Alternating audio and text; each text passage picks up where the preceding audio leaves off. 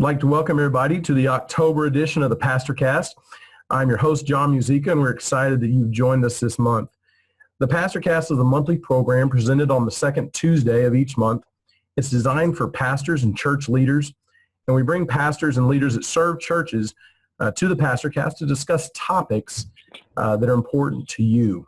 This month, we're going to be discussing church construction trends, and I'm happy to welcome three friends, real treasured friends, to the PastorCast today. I will introduce them, let them say hello, and then we'll jump right in. Chris Lindberg is the lead pastor of Life Fellowship Church in Allen, Texas. Chris, you've been there, is that 5 years? Yeah, coming up on, about 6.5 years. Six. Yep. All right, 6.5 years. Time flies when you're having fun. And they are nearing the opening of their new building in McKinney, Texas. I got the pleasure to work with them and sell their existing building and then help them find a piece of land. And Chris, has been a great pleasure to serve you. And I know you guys are excited to get ready to open that building here before the end of the year. Woo! Yes, we are. So our next friend that's going to be with us is Deborah Sweeney, and Deborah is the owner of Anchor Point, church construction consulting firm, and she actually has been working with Pastor Chris on that project. She's a great friend. She's the owner's rep for Life Fellowship, and we've worked on quite a few projects together: Preston Trail Community Church, One Community Church, Watermark Community Church, and she worked with a little church called First Baptist Church of Dallas. Small little project she did there. Yeah. Didn't you work with the implosion of that project? Yes. Yeah. So that was a 7-year project, and so part of that was the implosion. One of the highlights. Well, that's a great project. Yeah, everybody would want to see that. This is Deborah's second time with us on the PastorCast. She was with us, I think, back in 2014 or 15, and so Deborah, welcome back today. Thank you. And then Tim Cool is returning to the PastorCast for the third time today. Tim is the owner and founder of Cool Solutions Group. Tim and his team serve churches and lead organizations to be intentional with the planning, development, and life cycle management of the facilities that God gives them to steward. Tim is the author of Why Church Buildings Matter and the co-author of Church Locality, and he's been on the PastorCast for both of those books as we discussed those. And so, Tim, welcome back, and thanks for joining us again today. Thanks, John. It's always good to be with you. So today what we wanted to do, construction costs in our work here in Texas have risen dramatically. And churches went through a lull, at least here in our market area, of not building. Really from about 2008, 2009, they really slowed down for probably 3 or 4 years. And we're now seeing, because of not as much land available in certain areas, that construction, or not as much existing buildings are being available, that churches are starting to consider construction again.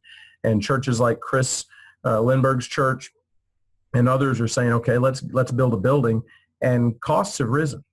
And so as churches are going through this process of considering a building project, we really wanted to bring you the perspective of a pastor and some experienced folks in church construction to talk about this with pastors today. So Pastor Chris, why don't you start and tell me a little bit about, as you're nearing the end of the construction process, what were a couple of the biggest surprises or challenges you faced that you would want to share with pastors that are considering a building project? Yeah, I would just say that before you ever launch out into something like this, you just need to know that you know that you know that the Lord has spoken into your heart that you're to move forward on this.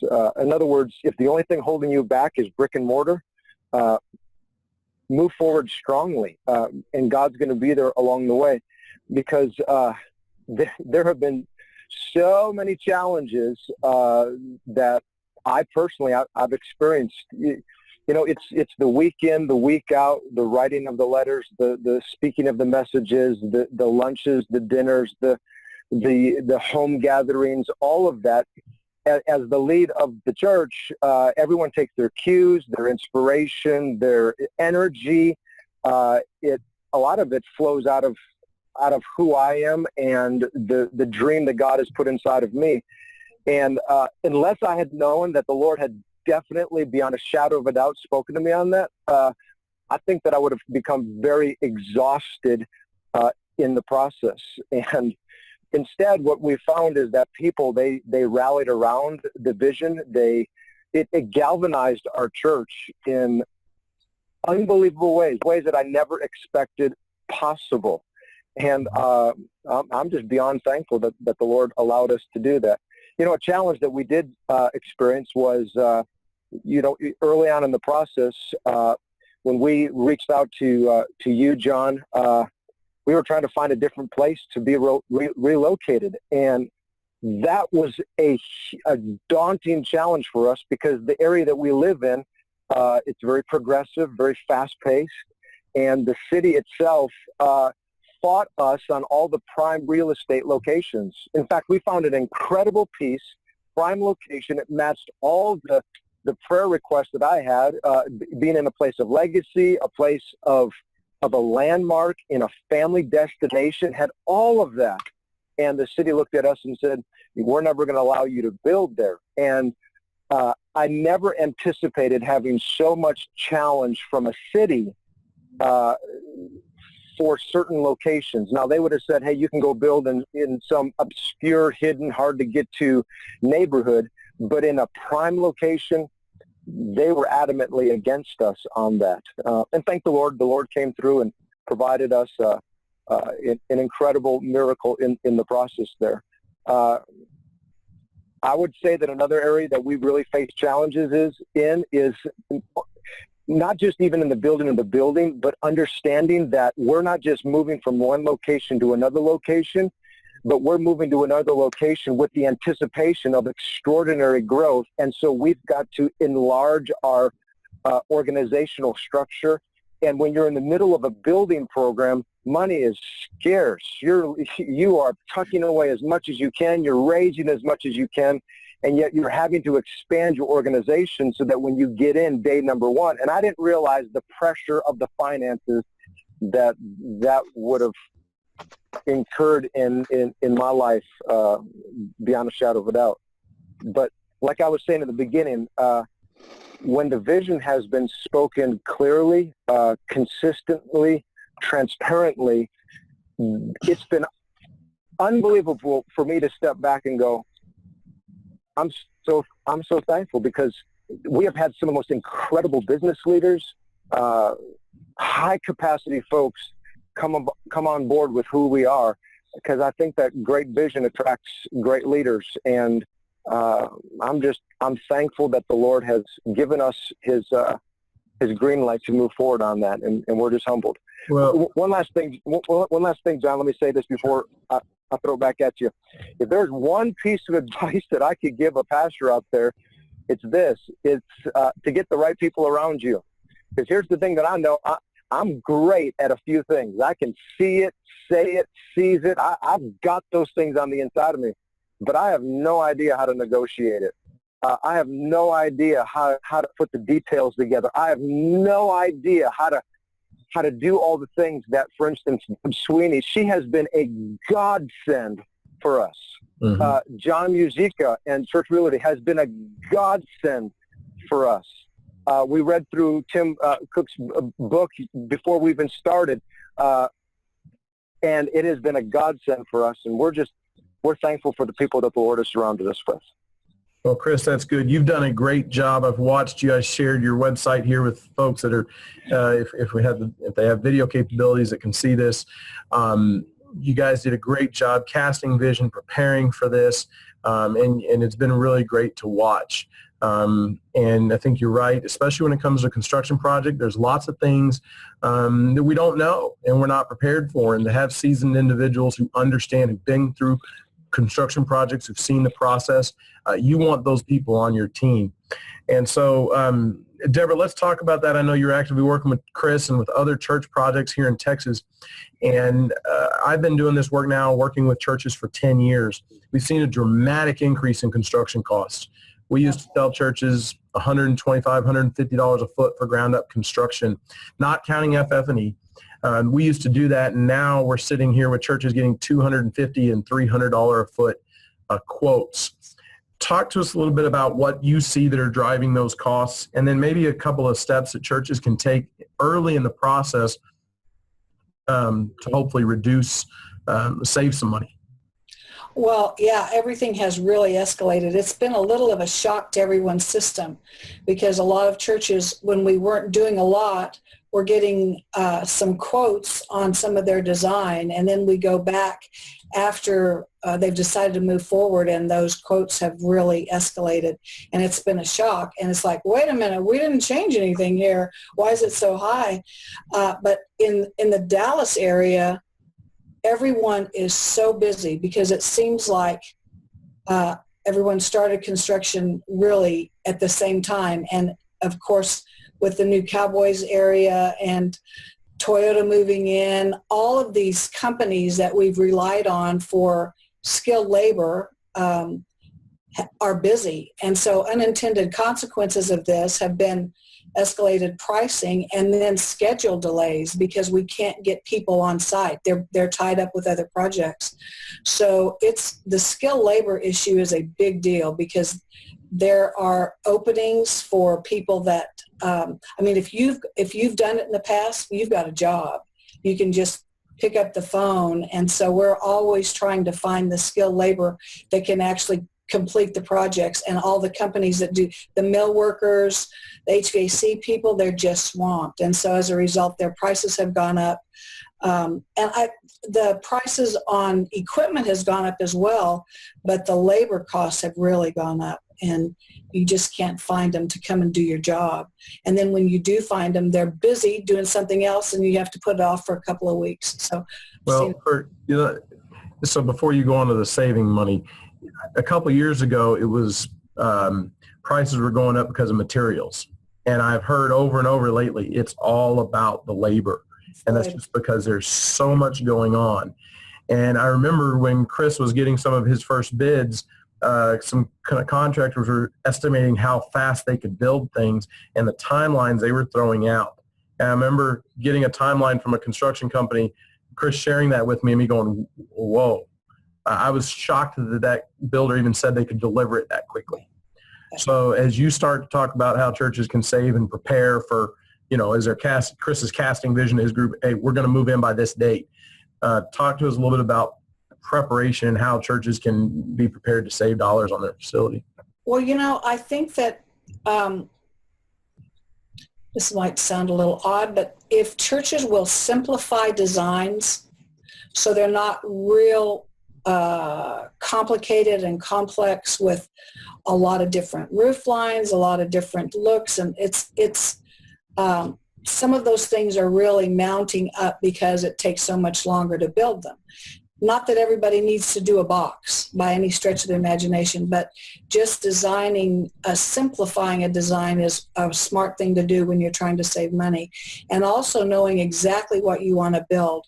Churches are notorious for making changes along the way that end up costing them a lot of money. That's going to be true in any situation, whether the costs are high or low.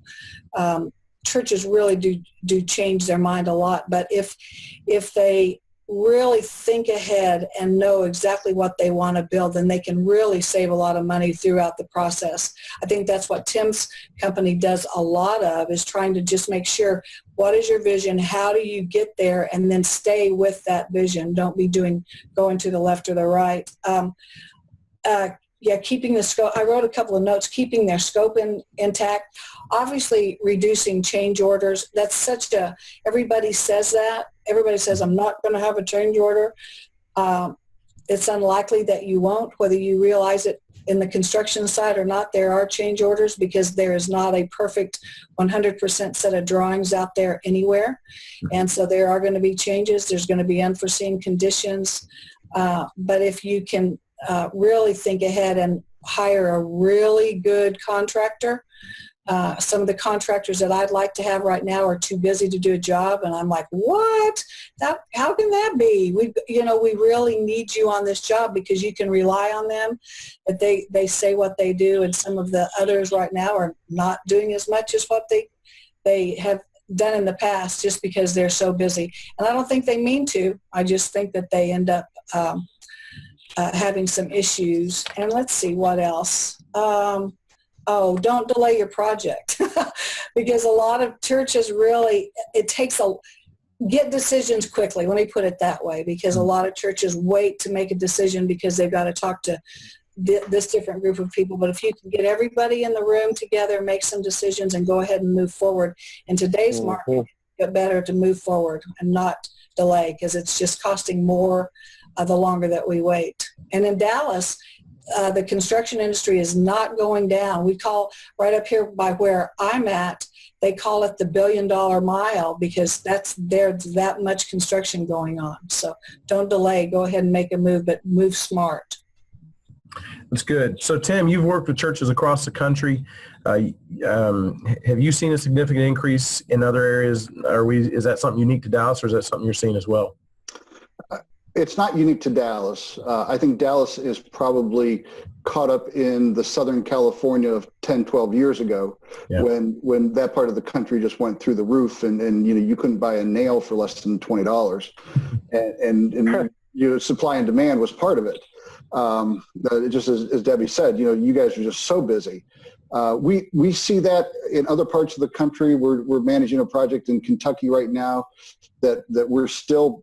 Well, if we were repricing it today, it'd probably be about 15% higher, and we're 2 months out from final completion of construction, and labor's clearly a big piece of that. Here in the South, we're seeing a couple of big material changes. Steel's gone up, and is scheduled to go up another 10 to 15% after the first of the year. And anytime steel goes up, that impacts door frames, it impacts conduit, and impacts metal that's on your HVAC units. And so it's not just the structural steel that gets impacted, it's anything that's got metal in it. And for most churches, which are complex commercial structures, that's going to be 50, 60, 70% of the building is going to have metal in it in some form or fashion. I know down in Texas, you guys use a lot of precast, and while that maybe seems like, we'll save money because we're going precast or tilt up or something like that, it's still got rebar in it, which means it still has metal in it, and they use forms that are made out of metal, and that's just a big impact, at least what we're seeing across the country. So as you and I talked a few weeks ago, John, we're not seeing quite the same dollar per square foot tick up that you guys are, but we're not too terribly far behind here in the Southeast. Well, I get lots of pastors I talk to, and it's not just here in Dallas, but they'll call us or they'll visit our website and they'll say, well, we're looking to build something, and in our area, we think we can build it for $90 a foot, or we know contractors, and they're going to build it for us for $125 a foot. And I'm real cautious to tell anybody to use a number like that. I want churches to plan conservatively, to plan for the rainy day, to plan for the extra things that might come along. What are some of the things, Tim, you're seeing that churches can do early on as they're being intentional, talking about their mission and vision, how they can save dollars by doing that from the very beginning? Well, first off, and I'm sure Debbie would agree, if you find anybody that can build it for 125, you let me know, because I'll hire them, and then I'll mark it up. I'll mark it up to what the current value is, and we'll both retire. That's just the name of the game. As far as how to save money, let me jump back on something that Debbie said. Is I think that if churches will spend more time up front during planning and pre-construction, you will never avoid a change order. But you are more likely to not have the things that are going to reach out and just bite you in the butt and cause either delays or increased costs. We've got a project right now that we're managing that the church wants to keep changing things because they didn't want to spend time up front. And we're not just paying for time and material now, we're paying for frustration of the contractors. And so we're paying the stupid tax, if you will, for not taking the time to do it up front. And the church wonders why to add a TV receptacle now that's $1,500. And well, I'm sorry, that's what the guy's going to charge us. And it's not like we can say, well, we'll get someone else to do it for us. No, you won't. So I strongly encourage you to take the time up front and properly plan it out. While it may not save you dollar per square foot on what it feels like up front, I assure you in the long run, it will save you dollars per square foot. No doubt. As far as, how do you save money in a project? The other big thing is to start off with a realistic budget and don't forget to build in contingency. If you're starting off and today is your first day of dreaming, then if you don't have at least 10% contingency built into your total project budget, then you're just kidding yourself. And even through construction, if you don't have at least 5% built in when you break ground and don't release a dime of it until at least all your site work's done, at least what we find in our area is site work is the biggest unknown. Mm-hmm. I can tell you what a footing's going to cost, and I don't care how many soil borings you had. I can't tell you what the site work's really going to cost at the end of the day. Right. Just because of the pockets that you run into. So plan on the contingency. Going back to what Debbie said, do it sooner than later. But if you're going to do it later, build in an inflation contingency. Mm. If you're just starting to plan today and let's say you're using $200, $225 a square foot for just the building portion, no FF&E, no site work, anything like that. Reality is you won't be in that building for at least 2.5 to 3 years. So if you don't figure a 3 to 5% inflation for each year of those 3 years, you're going to end up at the end of the project, you're going to be short as far as the amount of money you're going to need to close out the project. Sure. And so not just build in a design and construction contingency, but build in that inflation contingency, and make sure you got the money. Sure. I've had the opportunity to work with about 400 churches to build buildings, and I'm yet to find one that did one without money. Right. I've never seen a contractor take manna or goats. It takes money. And so make sure you got the money in place to get it done.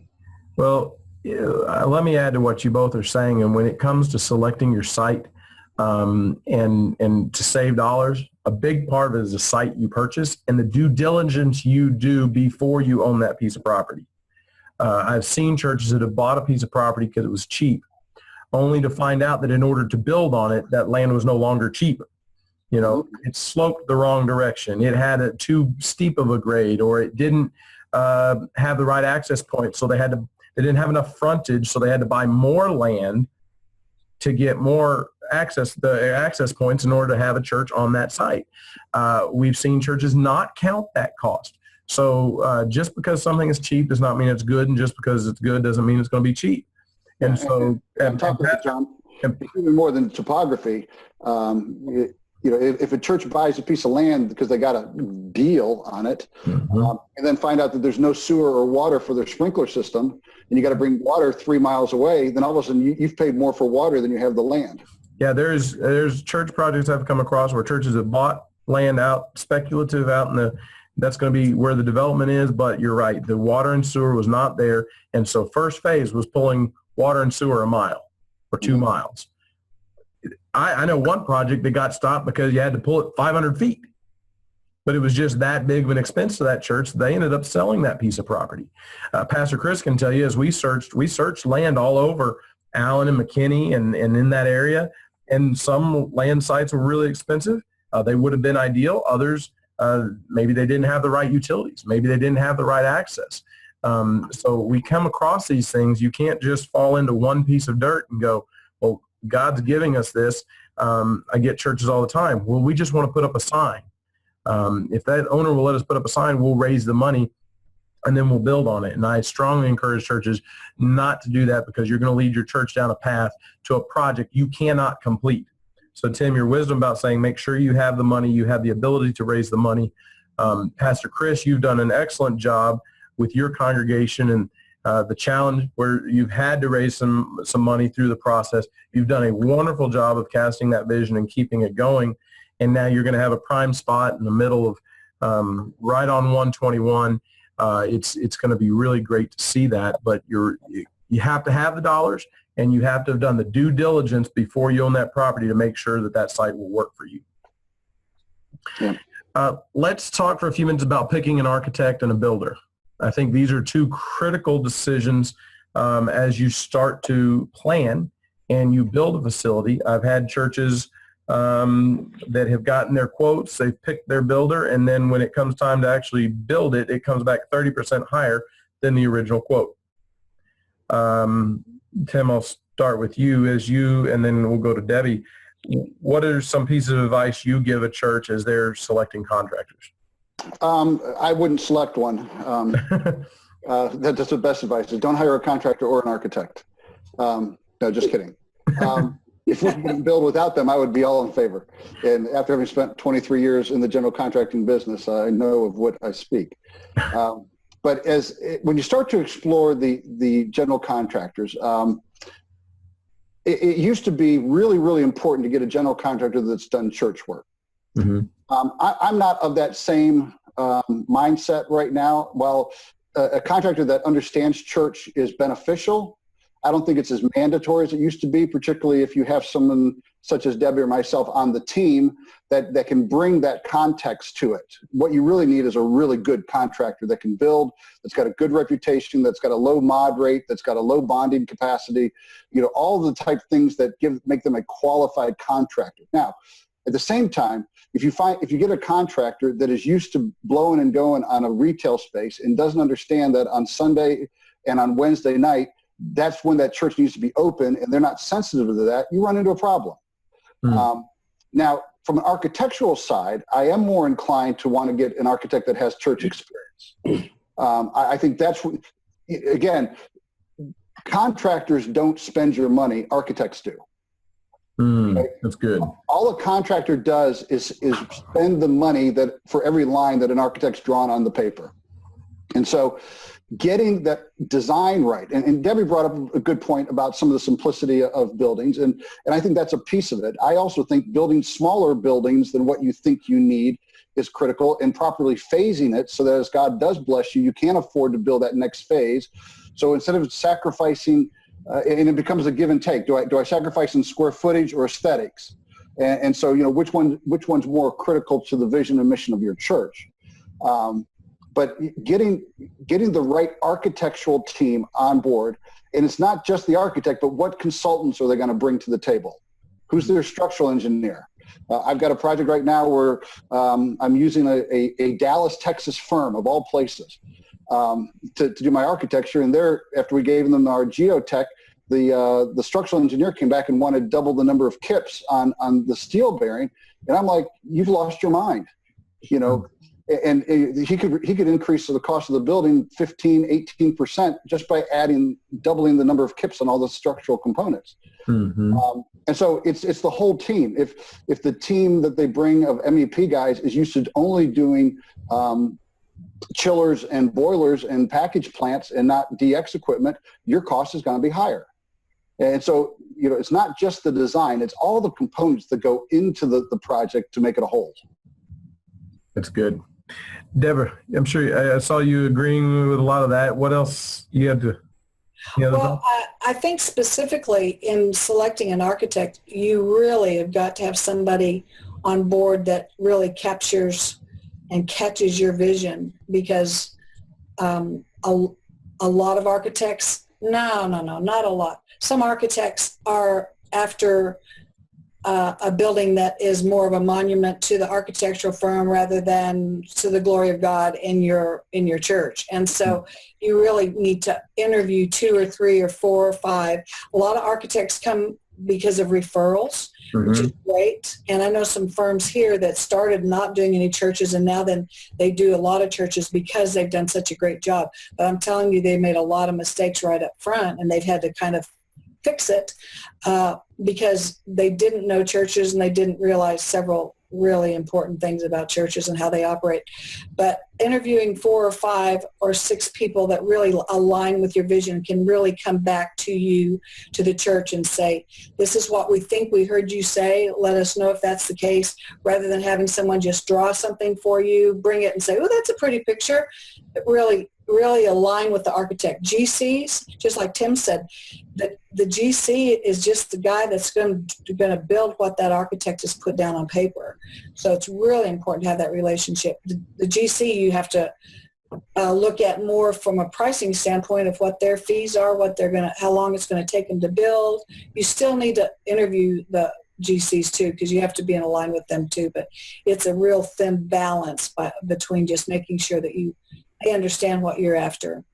Well, something I've learned from both of you and Debbie, I think I may have learned this mostly from you, is an architect is only as good as they are at drawing what they've been told to draw.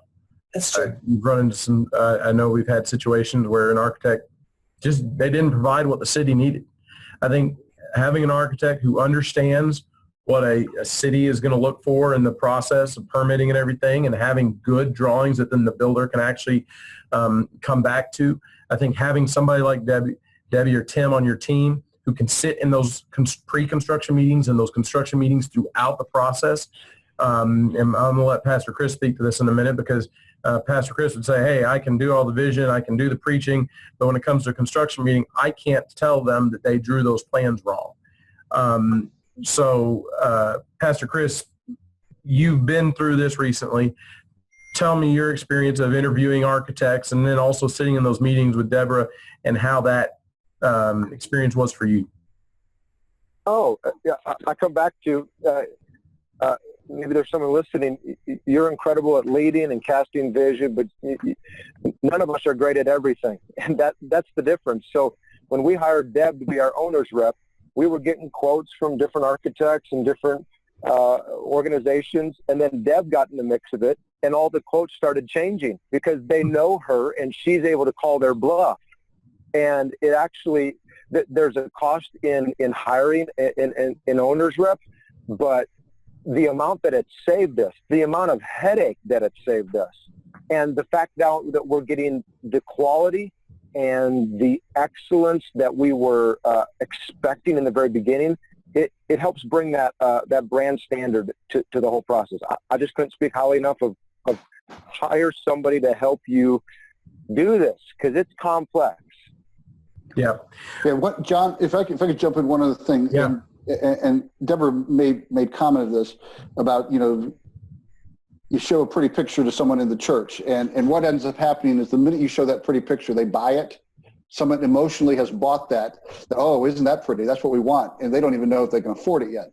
Right. So, it's part of the pre-construction piece, and actually part of what we could call the dreaming piece, the pre-con kind of piece, is if you can't get a firm program developed as to what the space you need, if you can't put together a preliminary budget ahead of time that shows you exactly what you can afford, and not just for the building, but for the total project, including contingency, and if those two things don't line up, then you should never draw a line on a piece of paper from a picture standpoint. Amen. If you can't get your budget and your programming to line up, then stop by all means and get those two things to line up before you ever get someone to draw pretty pictures. Well, Tim, that is so right on. The tweetable statement you made a minute ago, contractors don't spend money, architects do. That's right on, but let me say this. I would add to this, and I think you would too, is it's not the architect's fault that he's spending all your money. A lot of times. Times we did not set a budget from the beginning. You just said this. We've seen churches come to us after the fact where they went and cast a vision to an architect and did not lay out a budget. If you go to an architect and tell them this is what I want, they're going to draw it and they're going to bill you. And it may be 6 figures of billing, and you may have never had the opportunity to build that building because you did not tell him, this is what I want and here's my budget, because then the architect would have known. So many times, you're right, the architects do spend the money, but it's the responsibility of the church to advise that architect, here's our budget. Yeah, and to pull the plug early enough. I don't know how Deborah does her work down there. We generally try to get our contractors on board somewhere around DDs, Yes. So we can get input from them early on. That's right. And so, it's the whole team's responsibility at that point in time to say, okay, Mr. Architect, the church said it's $10 million. You're coming back at $14 million. We've got a problem. And so stop drawing right now until we solve this. Our church in Cincinnati that we're working on, they hired a firm from out of town that came in. They told them what the budget was right up front. They never could get within $4 million, and $800,000 later in design fees, they got fired. Mm. Mm. We wish we had that $800,000 back right now to complete the building we are doing. Sure. Okay. Yeah. Well, we've seen that scenario here in Texas where groups get fired when those numbers come so much higher than originally bid. And so that's right on. In the instance of, in respect to time, I want to be good to everybody's time. So I want to finish on one thing. I think so many churches run so hard to get in a building. And I want everybody to remember this. And I know everybody on this call agrees with this. The church is not a building. The church is the people, the building is a tool. We all agree on that statement. But many times churches run so hard to get into a building and they forget to count the cost of maintaining that facility once it's built. Right. Stewarding that facility well. And I know Deborah has done that in her work. Tim, I know you have your eSpace software that churches can maintain their facility and set budgets and keep track of that. I'm going to share both your websites here while you're talking a little bit, Tim. But Tim, share with us a little bit about maintaining your facility. Yeah, this is something that has always bothered me. Having built many projects, churches will spend millions and millions of dollars to build something, and then they forget they have to actually take care of it after they move in. It's the house of God, but it doesn't mean that God's magically going to repair the air conditioning system for you. It takes planning, it takes money. In our research that we did for Church Executive Magazine, we found that between 70 and 80% of the cost of ownership of a building over a 40-year lifetime is operation cost, and less than 20% is the cost of building it to start with. And we fail, and staff, no offense, Chris, but it's easy for staff to get so excited about that cool new building, and they forget, you got to buy toilet paper every month. You got to, at some point in the next 20 years, you will replace all your air conditioning units. And the prudent servant starts saving for that now. And so, whether it's capital reserves, whether it's having the right budgets to start with, most churches don't realize you need somewhere between $6 and $7 a square foot just in operation cost that needs to come out of your general budget. And so, are you planning accordingly? Knowing that, it's kind of the Fram oil filter kind of thing, pay me now or pay me later. You could cut that operational budget down, but you're going to pay twice as much for it later in deferred maintenance. Well, it's so right. And so as we're working with churches, as they're considering a building project, we're talking to them about, hey, make sure you understand what it costs to maintain that facility.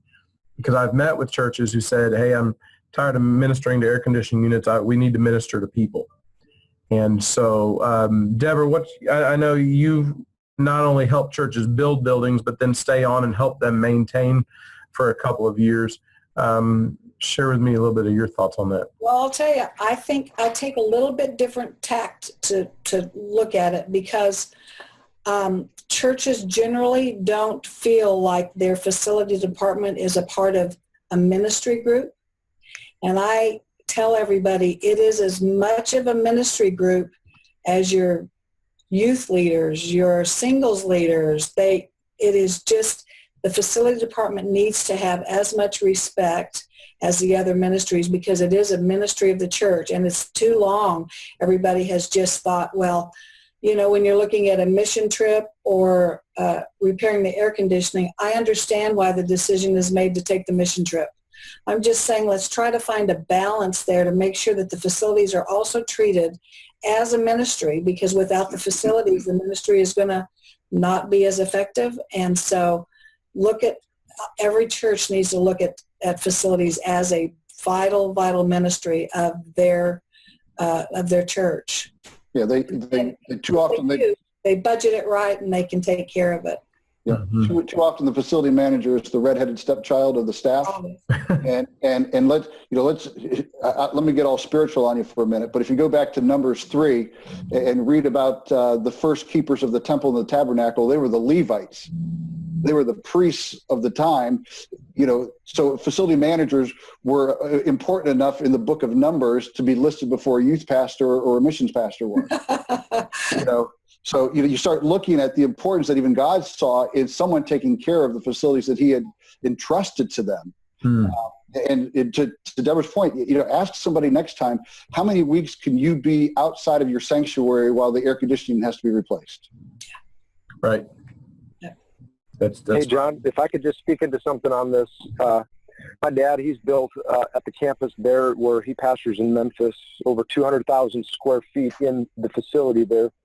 And they built the building about 20 years ago, and they put it into their budget, their annual budget, every year to tuck away a little bit away every single year. Well, they just had to replace the roof because it's 20 years old, and Tim was talking about that. It was $800,000, and it was such a momentum moment for the church, because he got up and said, hey, everybody, we have to replace this. And guess what? The way that we've budgeted is in such a way that we're not going to have to take away anything from ministry finances. We've already put this money aside over these years. And man, the people had stood. There was just excitement in the house. And it allowed the people to say, wow, we appreciate you for managing the funds of the ministry correctly. Sure. And it brought just such great momentum to the church. Sure. So those days are coming. Yep. Well, what we've talked about today here as we get ready to wrap up is it is about intentional planning, having a budget, having a clear vision, understanding the capacity of what you as a church can afford. And then as you prepare for a building project, is going through the due diligence steps, counting the cost, bringing the right team together. I think all of us here will tell you, we all have our certain strengths. And so bring the right team together and then plan for your building, get the right people on your team, and then maintain and be a good steward of what God has given us. That's what we're here for.